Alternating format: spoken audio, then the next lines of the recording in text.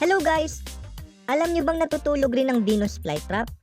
Para doon sa mga first timer makapanood itong aking video, ang Venus flytrap ay endemic doon sa isang maliit na lugar sa pagitan ng North at South Carolina, USA. Tuwing mga buwan ng Disyembre hanggang Pebrero ang winter season sa Carolina. At sa mga panahong yun, ay nananatiling dormant ang Venus flytrap. Walang winter season dito sa Pilipinas. Kaya naman, ganito yung ginagawa naming mga carnivorous plant growers. Ito nga pala yung gagamitin kong substrate para sa Venus flytrap. Pinaghalo ko yung 1 part ng dried sphagnum moss at 1 part ng perlite. Gagawin ko yung fridge method technique upang gayahin yung winter climate doon sa Carolina para maging dormant itong Venus flytrap. Nakatutulong kasi yung annual dormancy para mapanatiling malusog yung halaman. Linalagyan ko ng manipis na bubble wrap yung paligid ng pot nitong aking Venus flytrap. Nang sa gayon, hindi siya maalog-alog sa loob ng container.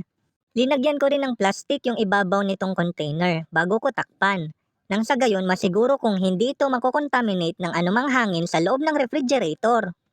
12 weeks rin ito mananatili doon sa vegetable area upang gayahin yung haba ng panahon ng winter season doon sa Carolina.